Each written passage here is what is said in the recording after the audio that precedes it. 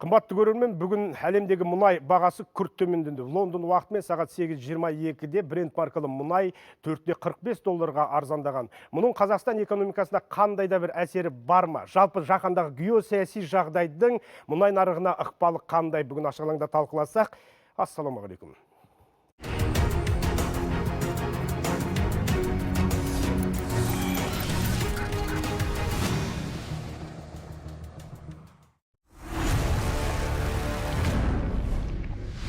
Ұлттық арнада ашық алаң, студияда Ерғанат Көпжасар.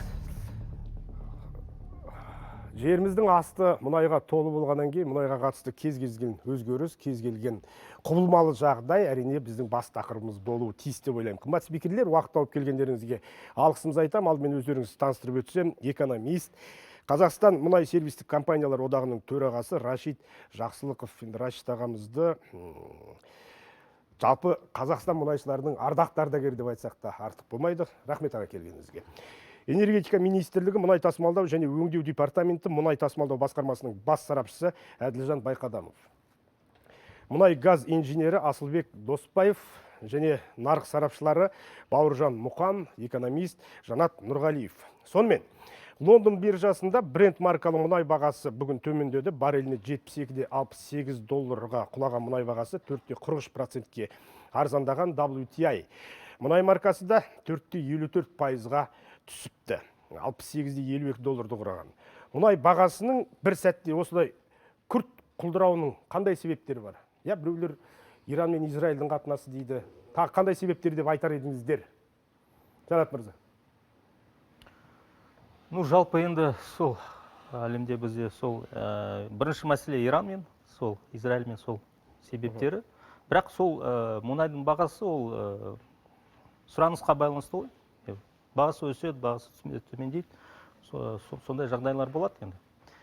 Қазіргі кезде біздің әлемде өте қиын жағдай болған кезде сол мұнайдың бағасы енді сұранысқа байланысты.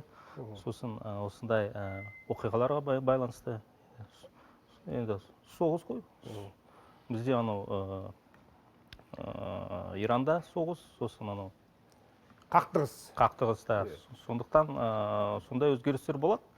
Қазіргі кезде енді қалай бізге экономика әсер етеді, ол в принципе сондай біздің болжам бойынша бізде мысалы ең пессимистичный сценарий деген айтамыз ғой.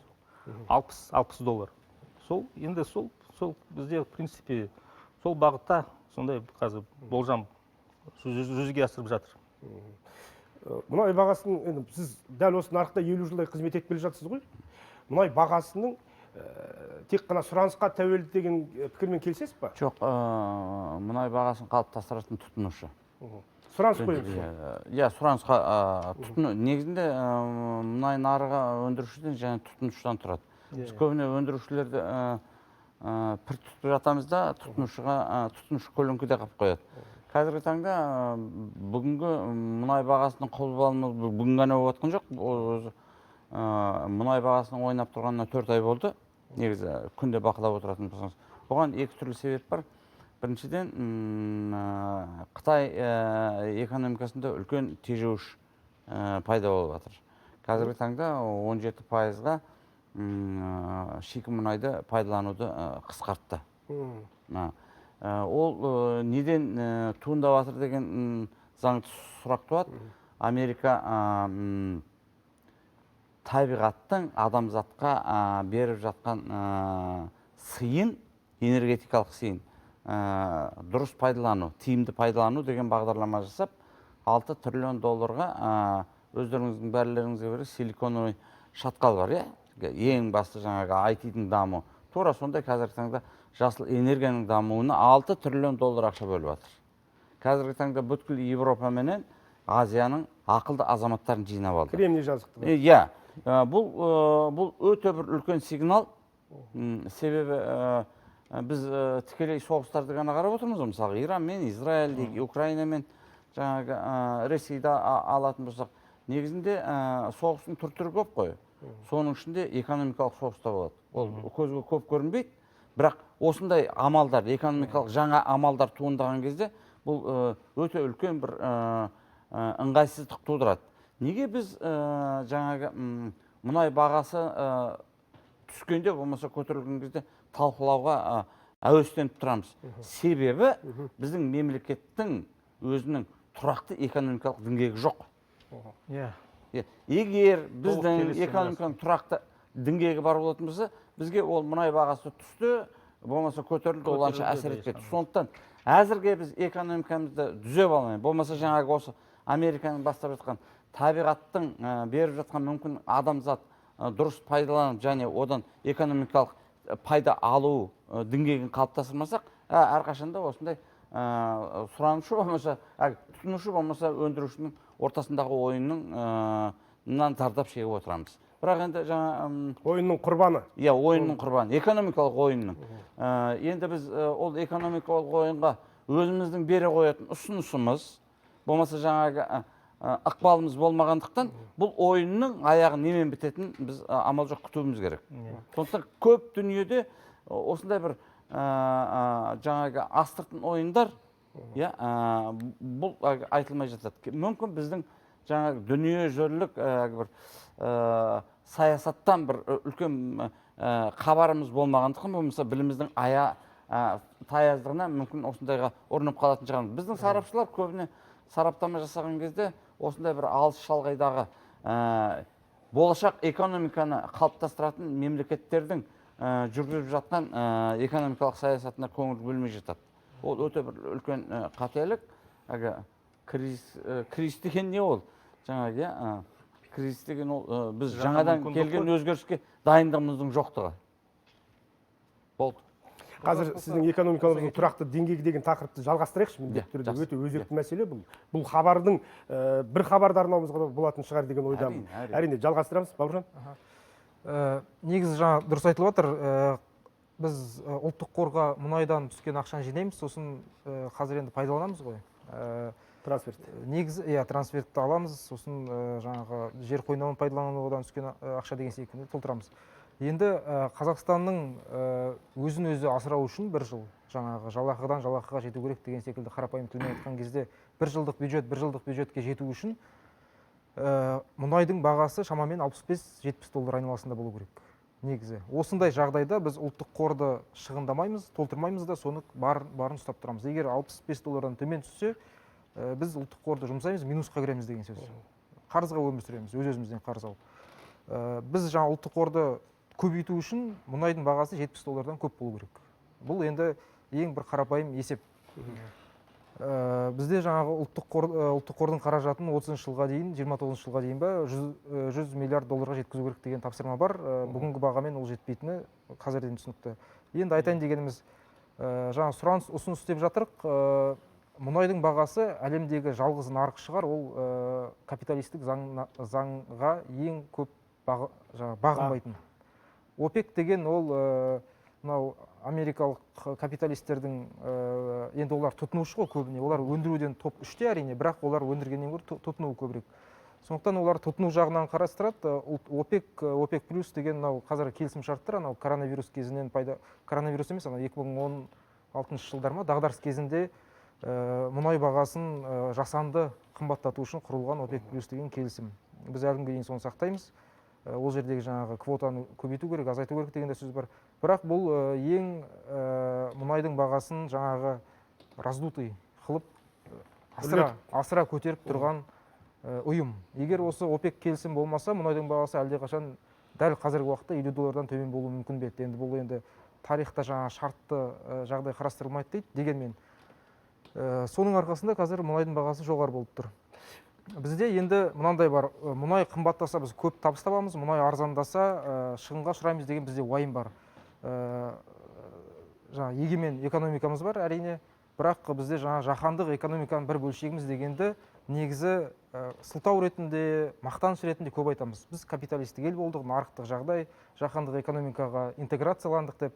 Бірақ бұл әрине болады, бірақ осындай жаңағы ереженің ішінде әр ел жаһандық аумалы-төкпелі жағдайдан белгілі бір деңгейде экономикалық тәуелсіз болу үшін жұмыс жасайды. Енді осындай кезде біздің енді дилетанттық пікіріміз деп қабылдаса да болады, бірақ дегенмен ондай пікірлер бар. Қазақстан жаңағы теңіз кен орнында, Қашағанда, басқада Қазмұнайгаз арқылы үлесі бар. Қазақстан мемлекеті осы өндіріске жеке компания түрінде кірген. Мысалы, мұнай $100 жеткен кезде біздің табысымыз көбейді, ұлттық қорға түсті. Мұнай $100 емес қой әрқашан. Бізде оның үстіне жаңа айтылғандай $65-70 айналасында болу керек, біз өзімізді асырау үшін. Мұнайға сұраныс болғанмен, бірақ осындай жағдайларда төмендеп тұрады.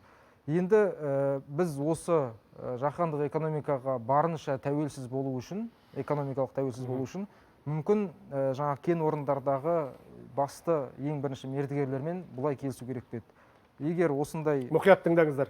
Мұнайдың бағасы $65-70 дейінгі шығын өздеріңіздікі, одан кейін тапқан табыс ол да өздеріңіздікі. Енді осы жерде сұрақ, Қазақстанның үлесі қайда? Қазақстанның үлесі салықта, жалақыда, салықтың да түр-түрі бар. Ол өте аз, бірақ та енді Қазмұнайгаз, бізде Қазмұнайгаздың негізгі Қазақстанның қатысу Қазмұнайгаз арқылы. Қазмұнайгаз IPO-ға кетіп жатыр 2-3 жылдан бері. Бірте-бірте ол жерде мемлекеттің қатысуы да азаяды. Айналып келген кезде артық табыс табамын деп Қазақстан керісінше шығындалып жатқан кездер көп болды. Егер $65 төмен болса, әрқашан Қазақстан шығындалады. Ол гарантия. Енді мемлекеттің мақсаты табыс табу емес қой. Мемлекеттің мақсаты бюджетті ұстап отыру. $65 дейін ұстап отыруға жеткілікті. Енді одан кейінгі табыс ол капитализм ғой. Ол жерде Қазмұнайгаз жеке компания ретінде, шетелдік компания бәрібір. Шетелдік компания мен отандық компанияға екі түрлі салық жоқ қой, екеуіне де бірдей салық. Қазақстанның бюджетін солай толтыруға болады. Оның бір жақсы жері, жаңағыдай шығындалған кезде Қазақстан одан қауіпсіз. Шығын Қазақстан қатысы жоқ болып шығады. Бұндай келісімшарттарды қайта қарау мүмкін ба? Қайта қарау, кез келген келісімді қайта қарауға болады. Керек қой осы. Кез келген заңгер айтады, кез келген келісімді, кез келген жағдайда тіпті енді оның үстінде ол қол қойған адамдар да өзгерді ғой. Сондықтан тіпті мемлекет тұрғысынан кез келген келісімшартты қарауға болады. Мемлекет әрқашанда жеңіп шығады. Қазақстанның жағдайында да көрдік біз оны статистикасынан. Сондықтан кез келген келісімшартты қарап шығуға болады. Сондықтан менің ойымша мұнайдың бағасын 65-70 білмеймін, енді нақты бір цифр қойылар заманға қарай, басқа қарай. Осыдан төмен болған жағдайда Қазақстанның шығыны жоқ. Компаниялар жаңағы Chevron болсын, басқа болсын, өз шығындарыңыз өздеріңіз проблемаларыңыз өздеріңізде. Егер минусқа кетіп жатса, кен орнын жапсын. Ол нормальный нәрсе. Бір кен орнын жапқаннан ол мәңгілікке жауап қалмайды ғой. Көтерілген кезде қайтып келіп ашу мүмкін деген секілді. Ал енді қымбаттаған кезде ол салық ретінде енді мұнай қымбаттаса табыс көбейеді, табыс көбейсе салық көбейеді, ол да Қазақстан бәрібір күресте болады. Сондықтан менің ойымша мұнай біз экономиканы реформалау, экономиканы либерализациялау деп көп айтамыз, осы сіздердің хабарда айтылып жатыр. Сондықтан экономиканың ең бірінші саласы мұнай болса, бірінші мұнай саласын либерализация, мұнай саласын капиталистік жолға көшіруден бастау керек шығар деп ойлаймын өзім. Негізінде жаңа бір жақсы сөз еттің, дилетантты қойымыз деп. Иә, дұрыс айтасыз, дилетантты қой, себебі. Бұл енді қоғамдық пікір. Қазір дүние жүзінде, ойымды аяқтайын, дүние жүзінде ең үлкен соғыс инвесторларға жүріп жатыр. Қазіргі таңда Қазақстанның мұнай саласынан да, газ саласынан да, үлкен проблема тұтынушыға, жай өзіміздің азаматтарға толық қамтамасыз ете алмай отырғаны, және де қазіргі таңда осы саланы дамытуға инвестор таппай отырғаны не себепті деп ойлайсыздар? Біз әрқашанда екі бағаны жақсы көреміз. Саған мынандай баға, маған мынандай баға. Өздеріңізге белгілі. Қазіргі таңда 40-қа жуық газ өндірістерін дамытуға белгіленіп қойған жобалар бар. Бірақ бір инвестор жоқ. Неге? Жемқорлыққа байланысты ғой? Жемқорлық емес бұл жерде. Бұл жерде бізде ішкі тұтынысқа мұнай бағасымыз қаншадан береміз? 18 мен $25. Нарық бүгін қаншаны көрсетіп отыр? Қандай инвестор келеді? 76. қандай инвесторге, мысалы, америкалық инвесторге Қазақстан азаматы қаншалықты қызықты? жоқ, ішкі нарыққа ішкі нарыққа мысалы үлкен компаниялар, мысалы Тенгиз, Кашаган, олар жібермейді ғой. Олар көбісі экспортқа неге жібереді. босатылған? Неге олар босатылған. Жоқ, неге олар энергетика министріне сұрақ қою керек. келісімшарт. Өнген өнімді бөлісу келісімшартында неге айттым мен сендерге? Ішкі нарыққа мұнай бермеймін деді. Неге? Себебі біз капиталды нарықтық экономикаға толық өткен жоқпыз. Политикалық шешім керек қой мұнда. Бізде жоспарлау экономика мен нарықтық экономика. Бірақ экономиканың ішінде 30% нарықтық көрініс бар да, 70% жоспарлау. Сондықтан бұл өте бір үлкен кедергіде. Мен айтқым келіп отырған, негізі осы двойной стандартты жоймай, біз ешқашанда нарықты мойындамаймыз. Ол бір. Екінші, инвестордан Шеврон болсын, Shell болсын, Total болсын, сен мынаны істеді емес бұрын, біз Қазмұнайгаздың өзін осы нарыққа жіберуіміз керек. Қазмұнайгаздың қаншама тиімсіз дочерний компаниялары бар. Қазір соны еркін нарыққа жіберетін болса, нарықта жүрген мұнайға қызмет көрсету компаниялар біріншіден сапалы жұмыс берер еді. Екіншіден, уақытынан жылдам жасар еді. Үшіншіден, өзінің инвестициясымен кірер еді. Төртіншіден, шынында да үлкен үнемдеу пайда болар еді. Бірақ Қазмұнайгаз қазіргі таңда 60 мың адамды ұстап отырған баласы. Дүние жүзінде бұндай үрдіс жоқ. Сондықтан біз басқа инвесторларға талап қоймас бұрын өзіміздің ұлттық компанияларды толық нарыққа жіберу керек. Толық келесем аға, сізбен толық келесем. Сосын кейін бізде, мысалы, дүниежүзілік нарық бекітті ма бүгін? $68. Біздің қазақстандық азаматта, сол $68-ға мұнай алу керек. Сол кезде инвестор... Сол бағаға дейсіз ба? Сол кезде бізде адалдық болады. Адалдық болады. Қосымша айтып кетейін, мысалы қазір заманауи мұнайдың бағасы айтамыз ғой $72, $75. Қазіргі кезде ұлттық қорға қандай қаражат кіріп жатыр, сол салық айтамыз ғой, салық. Мысалы қаңтар-тамыздың ресми директор бойынша өткен жылдармен салыстырғанда 400 миллиард теңге төмендеді сол салықтарды. Сол азайған да, мына бағамен азайған да. Ертең не болады белгісіз. Мысалы қазір енді ұлттық қордан қанша трансферт алып жатырмыз да, уже 5 триллион да, уже 5 триллион асып барады да. Біздің пікіріміз сондай, біздің ұлттық қор біткеннен кейін только біздің нақты реформалар болады. Пока ұлттық қор болғаннан кейін біз ешқандай реформа болмайды бізде. Потому что бізде постоянно бізде депозит бар ғой, қосымша депозит бар. Әрқашан кезде сол депозиттен ақша аламыз, болды. Ауырлау әңгімелер кетіп жатыр. Ауыр әңгімелер кетіп жатыр. $72 бана айттыңыз ғой, биржада $72, 68-ге дейін түсті. Бүгін таңда не болып жатыр? Бүгін таңда, Қазақстан бойынша мысалы, Тенгиз, Шеврон жұмыс істеп жатыр, скважиндермен, фонд. Қарашығанақ 500 скважинмен жұмыс істеп жатыр. Бүгін таңда Шеврон болсын, Қашаған болсын, Қарашығанақ болсын, бүкіл ұңғықтарының барлығы Қазақстанның жекеменшігі. Бірінші. Мұнайшы ретінде мұнайгазы. Енді сол жекеменшік, біздің жекеменшігіміз, ол біздің баламызға, немеремізге берілетін жекеменшік ол. Оған Шевронның да, КПО, BB'ің да, Қашағанның да бәрі келіседі. Бәрі келіскен шартта жазылған солай. Оны біздер болашағымызға берімізге, балдарымызға, немерелеріміз солымен жұмыс жасап, содан мұнай-газ өндіру керек. Ол үшін әл мекеме, Шеврон болсын, Қазмұнайгаз болсын, Орал газ болсын, қандай, Атырау газ ба, бәрі қай месторождение жұмыс жасайды кен орнында, соның режимін ұстау керек. Оның режимін ұстау үшін, режимін ұстауың үшін, сен қасыңда резервуарың болу керек. Ол мысалы бір ұңғыққа осындай мұнай алам, анан қоқтан осындай мұнай алам дегенде сонымен жұмыс жасау үшін. Ол бізде жоқ. Ол баяғыда Союздың мезгілінде, Совет одағының мезгілінде 3 миллиондай резервуар істедік, сонымен тұрық біздер. Ал 90 миллион біздер өндіріп отырсақ мұнай, кем дегенде 20 миллиондан несі болу керек, қоры болу керек. Мұнай газ саласында, сол 20, анау енді Совет одағының мезгілінде ол өзен ашылды, тағы не, тағы да басқа да кен орындары ашыла бастады Каспий өңірінде. Оған мысалы 5-6 миллион метр кубтық мұнай өндіргенде соның 20%-ін олар соған резервуар істеп қойды.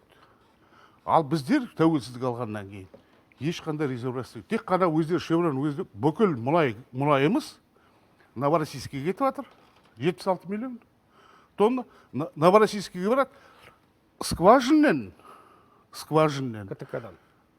КТК арқылы 1500 километр жерден барып сүйерде регулировка істеп отыр. Пайдасын Россия тауып отыр. Бізде ешқандай пайда таппайды. Біздер тек қана кранды ашамыз, кран жабамыз, болды, басқа жұмысымыз жоқ. Ал өзімізге резервуарымыз, ана режим ұстайық, бүкіл скважиндерді бәрі жұмыс жасасын, болашағымызға тағы да 20, 30, 40, 50 жыл жұмыс жасасын десек, онда режим ұстайық. Ол режим ұстау үшін сен өзің қорың болу керек. Сондықтан, соған байланысты, мен 2017 жылы структура таптым. Енді біздер өндірмейміз, темір, анау, мынау, ешқандай ештеңе өндірмейміз. Сондықтан мен бір структураны тауып, соны презентовать етіп, Министерство энергетиканың алдында, замминистрдің алдына барып презентовать еттім. Онда Магауов дейтін замминистрдің орынбасары, министрдің орынбасары, соның алдында презентовать етіп, ойбай, ол керек, мынау деген керім дүние, анау, мынау деді. Жақсы керек болатын болса, давай осын бастайық. Енді бәріміз түсінеміз ғой. Сол керек деді. Керек дегеннен кейін жақсы деп, мен сосын маған айтады, не істейік, протокол істейік десем, жоқ, протокол істемейміз, біздер мына Шевронға, Қашағанға, Қарашығанаққа көрсетеміз. Соған барып көрсет дейді, маған айтады. Жақсы көрсетейін дедім. Оларға барсам, олардың контракттерінде жоқ. Резерв біздерге хранилище салуға. Мұнайдың. Енді не істеймін? Онда олай болатын болса, өзім жеке финанс институттарға шықтым. Сол финанс институттарға шығып, ал осындай не бар? Оның арасынша мен көріп, мына жасанды интеллект болады ғой, соған да салып та қарар. Олар да айтады, ол 80 миллионда не өндіретін керек мына осындай жерге. Прикаспий жерден керек деген олар да айтты. Сосын соны алып, сосын неге Американың финанс институтына шығып, оларға шығып, соларда сояқтағы адамдармен сөйлесіп, олар жаңғыз өзім соларға техник-экономический обоснование істедім. Олар келісті.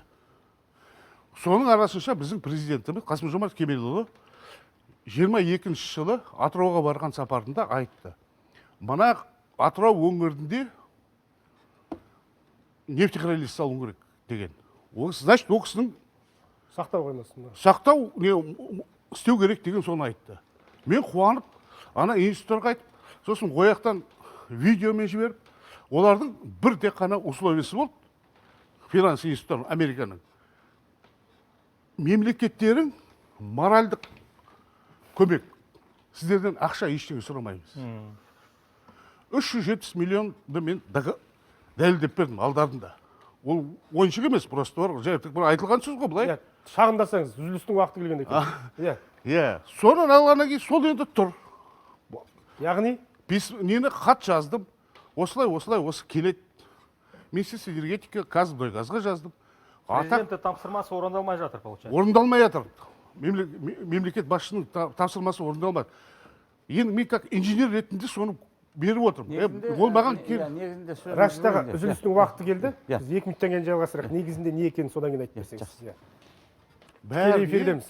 Әрі қарай жалғастырсақ, мұнай нарығындағы өзгерістердегі мәселені, өйткені бүгін мұнай нарығында нақты айтатын болсақ, мұнай бағасы күрт өзгерді. Рашид мырза, жаңа негізінде деп тоқтатып едіңіз? Негізінде жоспарлау экономикадан шықпағанымыздың мінекей бір үлкен үрдісі. Қазіргі таңда біз әлі де бұрынғы кеңес өкіметінің экономикасының жылдамдығымен өмір сүреміз де, қазіргі таңда экономиканың қарым қатынасы өте жылдам. Мысалға, бүгінгі біздегі өнген мұнай 2 күннен кейін Германияда жанар жағармай болып тұрады. Біз 45 минуттың ішінде ақшамызды аламыз. Дүниежүзінде бірде-бір мұнай өндіруші мемлекеттер, бірде-бір мұнай өндіруші мемлекет жаңағы шикі мұнай жинайтын қойма салмайды. Өйткені Алла тағала беріп қойған жер астында ол тұр.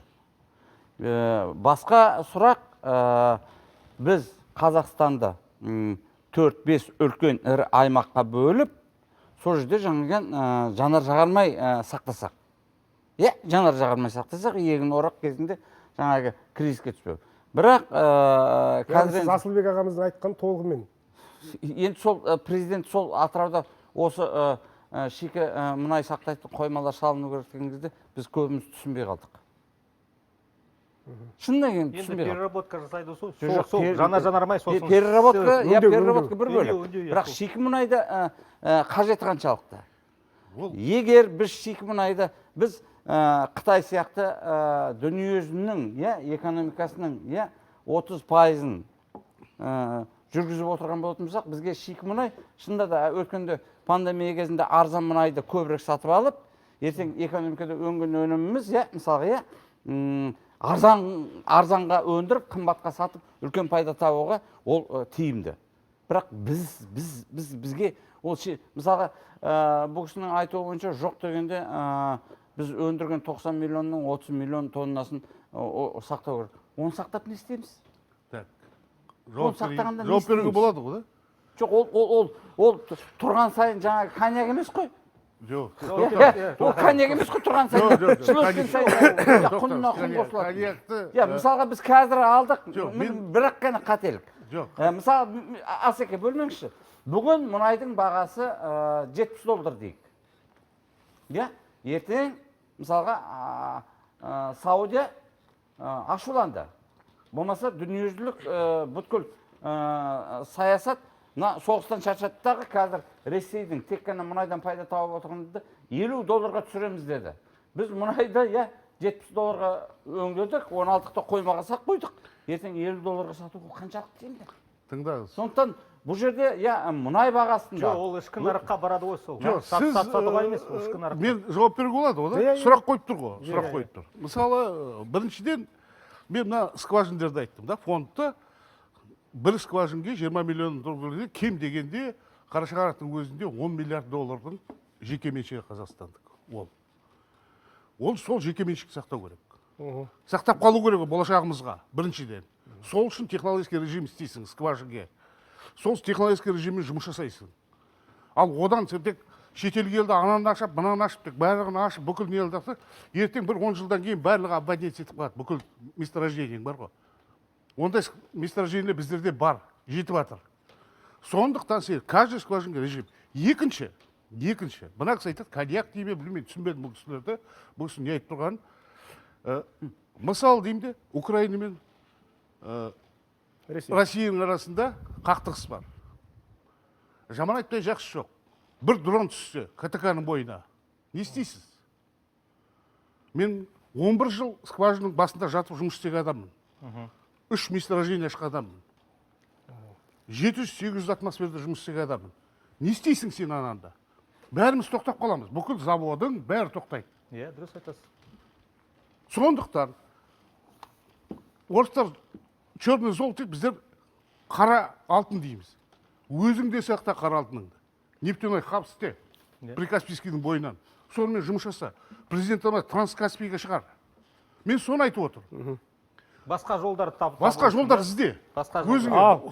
Жақсы. Жолдар туралы, Әділет мырза, өзіңіз айтып берсеңіз, бізде қазір Әлжан мырза, қандай жолдарымыз бар?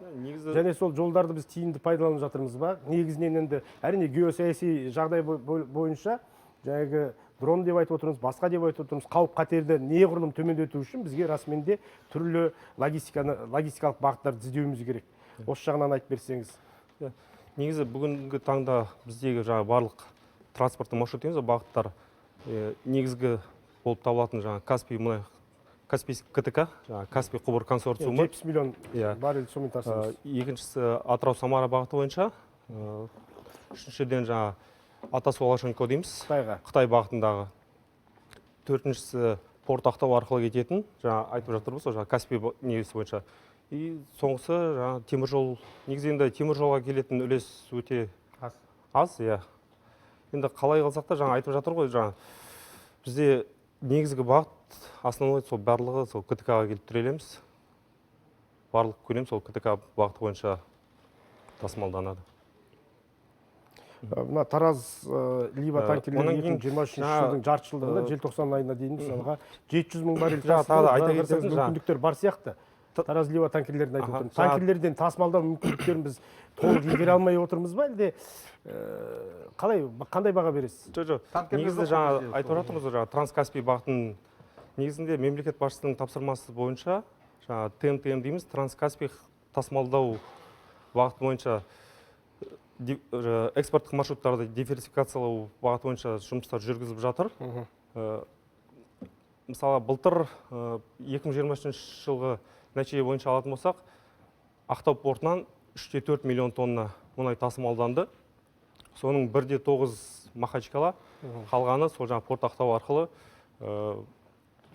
Азербайжанға, одан ары қарай Баку, Тбилиси, Джихан дейміз, БТД бойынша сол ары қарай бұл жаңа бағыттар болып табылады.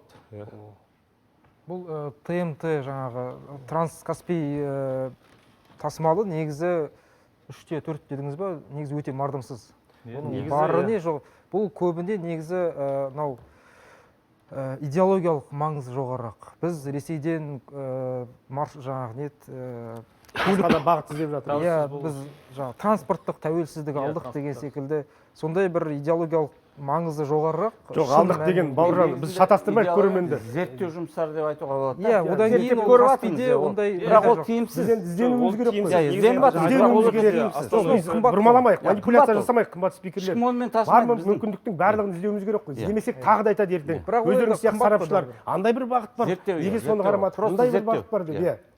Бұны негізі бұл үлкен геосаяси құрал, негізі бұл кезінде Қытай тікелей өзі қызығушылық танытқан жаңағы Транскаспий құбырын салуға. Біз анау қазір контейнер айтып отырық қой, контейнер қымбат, контейнер тиімсіз, контейнер баяу жүреді. Құбыр арқылы салмақ болған кезде бұл жерде енді Ресейдің ықпалымен мынау Транскаспий жаңағы КТК консорциум тұрған кезде не үшін керек деген секілді сондай сонымен қалды. Бірақ бұл жерде екінші мәселе жаңағы Новороссийскке баратын құбыр КТК.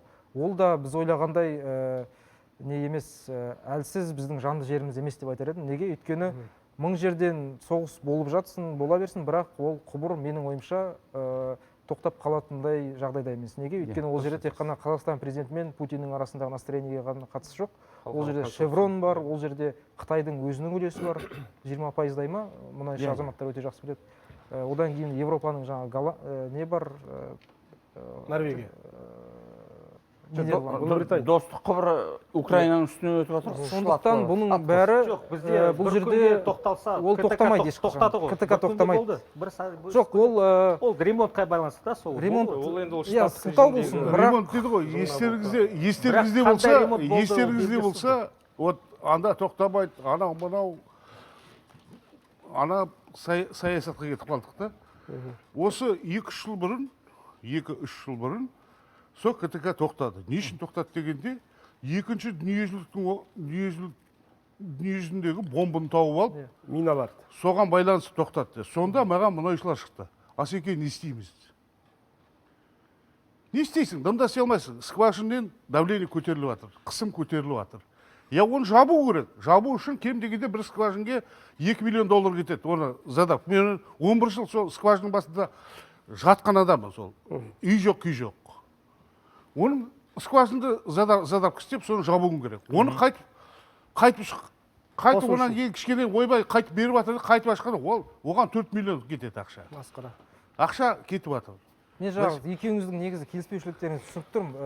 Екеуіңіз негізі екеуі де дұрыс. Сіздің айтып жатқаныңыз ол операциялық мәселе.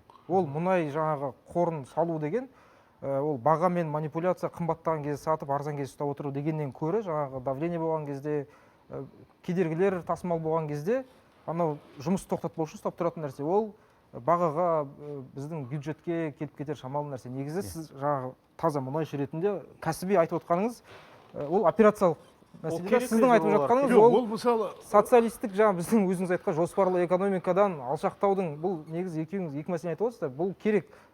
Капиталистік жүйеге өтейік, мүмкін шынымен де не керек шығар жаңағы қор. Сіз нақты айтсаңыз, не Бір-біріне керек түсінбедік. Сіздікі де дұрыс, сіздікі де дұрыс Жоқ, деген қор сияқты. керек, қор Бұл керек. операциялық жұмыс, бұл Операциялық нарыққа бағаға қатысы жоқ нәрсе.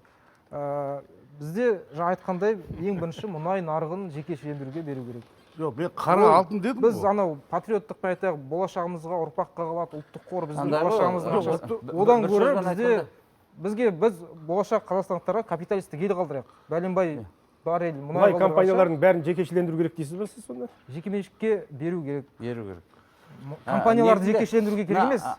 Ауыршаң Мұнай орындарын жекеменшік компанияларға, дайын жекеменшік компанияларға. негізінде бар ғой, мына ауыршаң адамның тоңазытқышын ашып қалсаң, үйілген дәрі тұрады. Иә. Иә, оның ол 80%-ын пайдаланбайды. Қазіргі біздің айтып жатқан әңгіменің де жобасы сондай болып жатыр да. Біріншіден біз кімге айтып жатырмыз? Біздің әңгіменің түбінен ертең кім пайда табады? Энергетика министрі өкілдері бар ғой осында. Жоқ, Ол қазір жазып жатыр сол. Еститін Ертең бастықтарға айтады сол.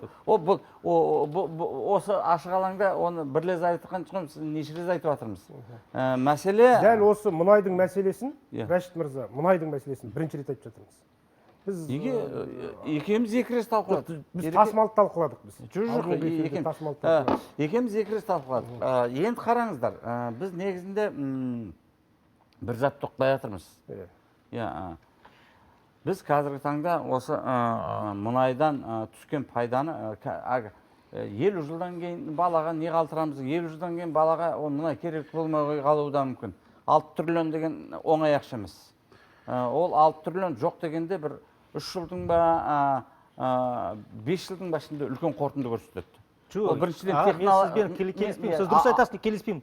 Мысалы, экономика бізде диверсификация болмаса, 50 жыл өтсе, 30 жыл не болады? Мұнай бітсе, не болашақта не айтайын деп жатқанымды сіз тыңдамай тұрсыз. Мен айтып отырмын, қазір біз мұнайдан түскен пайданы, анда тықпай, мында тықпай, экономиканың өзімізге тиімді басқа жолын қарастыруымыз керек деп жатырмын. Біз Жаңағы айтқан тұрақты діңгекке келдіңіз ғой.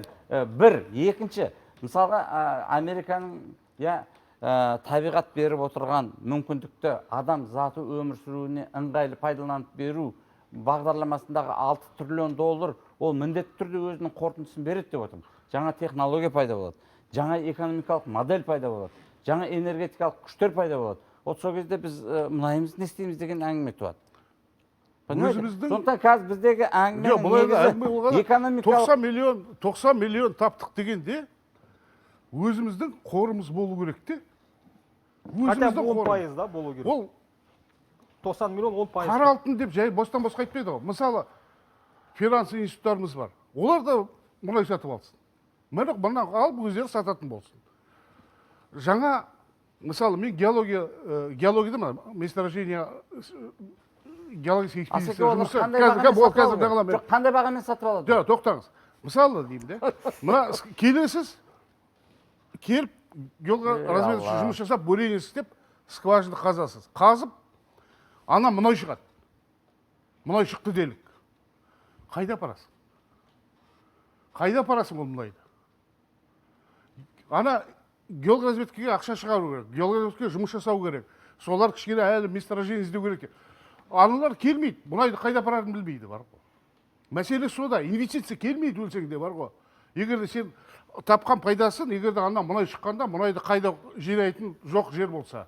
Бағана әңгіменің басында мәселе со, мен ішкі тұтынысқа 18-25 нарықтық қазір жетпіс. Мәселе суда, мәселе геологоразведка алдында кездестік қой, геологоразведкаға. Алдында геологоразведка жайында әңгіме болды ғой, есіңізде ме былтыр? Геологиялық бақылау. Иә, геологиялық. Вот, сол келдім, скважинды қазды, мұнайды тапты, ал не істейді ар жағы? Енді Асылбек мырза бағана айтты ғой осыны, Рашид ағамыз жақсылап түсіндірді ғой.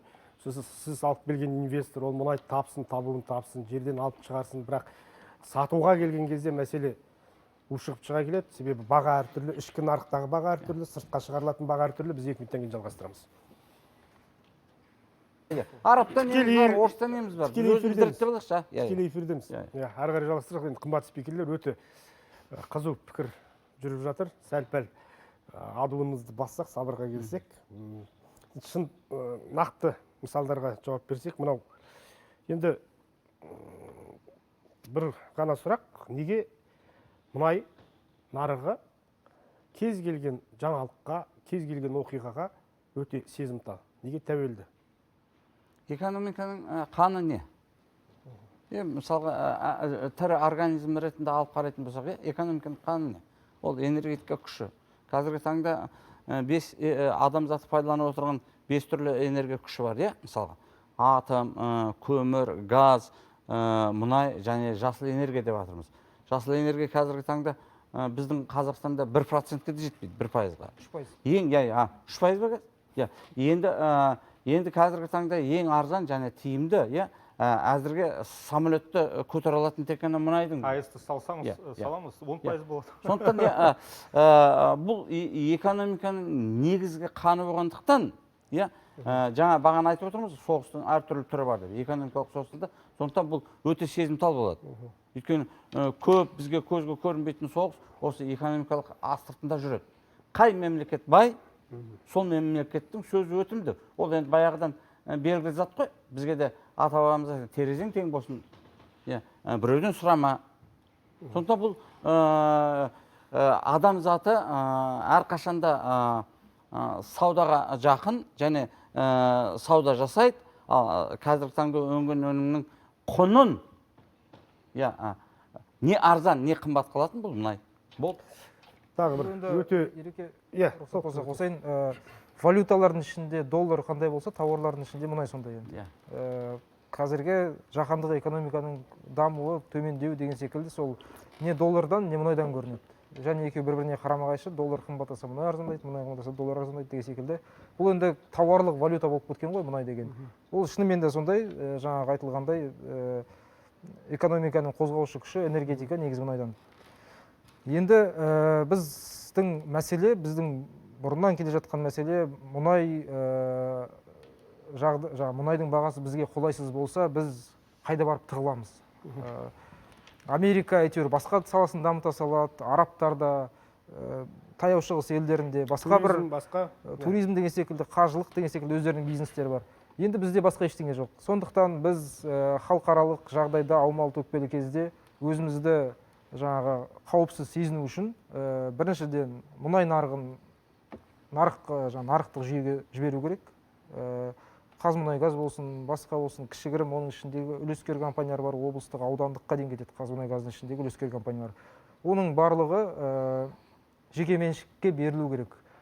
Қазмұнайгаз ертеңінде барып жеке меншік компания болсын демеймін. Қазмұнайгаздың игеріп отқан жерін тендермен жеке меншік компанияға сатсын. Мейлі оны Ресей Лукойл сатып алсын, мейлі жаңағы Синойл сатып алсын, мейлі Тотал сатып алсын. Маңызды емес, өйткені бәрінің төлейтіні бір ақша. Сондықтан компанияларды барып сен жеке меншікке бол деп мораль оқымаймыз, одан да соның игеріп отқан нәрсесін бүгіннен бастап біз капиталистік ел болайық деп соны алып жеке меншікке тендермен жіберейік. Инвестор керек болса, нағыз инвестордың көкесі сол кезде келеді. Анау бізде 90-шы жылдарда қалған бір біздің капиталистік сауатымыз төмендеу болған кезде айтылған бір ұрандар сөз бар. Ойбай 90-шы жылдары біз қалай күн көреміз деген кезде қаржы салатын адам болған жоқ деп, оның бәрі өтірік. Біз ештеңе түсінбегенімізбен нарықтан Америка, Европа бәрін білді ғой. Ана жерде барланған совет үкіметі барлап кеткен, біз барлаған жоқпыз. Соның барланған мұнай бар екенін көрген компаниялар, олар асықты, біз керісінше бермеуге тырыстық. Сондықтан инвестор қашан келеді, мемлекет ешқашан инвестор іздеп әуремеу керек. Ол социализм, ол коммунизм, мемлекет инвестор іздеп деген сөз. Нормальный елде жаңағындай мұнай шығаратын жерде зауыттардың барлығы жекеменшікке берілу керек. Одан кейін екінші айтылған жаңа бір баға белгілену керек. Біздің дәл қазіргі жағдайда ұлттық қор минусқа кетпеу үшін, Қазақстан өз-өзін асырау үшін $65-70 дейін бағаны қойып, ары қарай табыс алыңыздар, содан салық төлеңіздер. Неше пайыз болса да керек, біз салық көбейту керек. Оған бәрі келіседі, менің ойымша, кез келген компания келіседі. өйткені сіз оның табысына ортақтаспасаңыз салық бәрібір төленетін нәрсе. Ал одан Мен, шығын болса, келісуге келіспеймін. Негізі Сіз жеке бүгін меншік 90% пікірмен келіспедіңіз. жоқ, жеке меншік болуға тиіс, бірақ ұлттық мүддесі бар ғой. Енді стратегиялық саласы да, мысалы нарық айтамыз ғой жұмыс да. істесе ұлттық мүдде Енді жоғалмайды. анау мысалы біздің үлкен жобаларды айтамыз ғой, Тенгиз, Карашагана, Кашаган да, соны мемлекеттік үлесін көтеру керек қой. 20%-дан 50%-ға көтеру керек. Сол Референдум болды ғой. сол мәселе Референдумда айтылды. Мемлекет нашар менеджер ешқашан жер асты қойнауы кері кету болады. халықтікі Тада дейді. анау Қазмұнайгазды реформировать ету керек. Жоқ, жекеменшік компания келсін. Мына скважиндар, месторождение, кен орын, жердің асты конституция бойынша, референдум бойынша халықтікі. Иә, халық. Халықтікі. Онда халықтық Қай болатын болса, компания Бауыржан келсе де, айтқандай бәрін соны білу жекеге керек. жіберу керек. Жекеге жіберіп, Норвегияның тәжірибесін пайдалану керек бізге. қысқа нұсқа, біз 15 секунд қалды. Жастар. Бөтеннің еріншектігі сен баюыңның мүмкіндігі ғой. Біз негізінде саясатқа көп көңіл бөлмей, нақты амалдарға көп көңіл бөлуіміз керек. Экономика шынында да бізде қазіргі таңда түзелу керек, және де дербестену керек, ол айдан анық. Ақылсыздар көбейгенде ақымақтарды ажыратамай қаламыз. Осындай пікірге алып қосарымыз жоқ. Уақыт алып келгендеріңізге алғыс айтамыз. Эфир тізгінін ұстаған Ерқанат Көпжасар, көп жасайық, сау болыңыздар.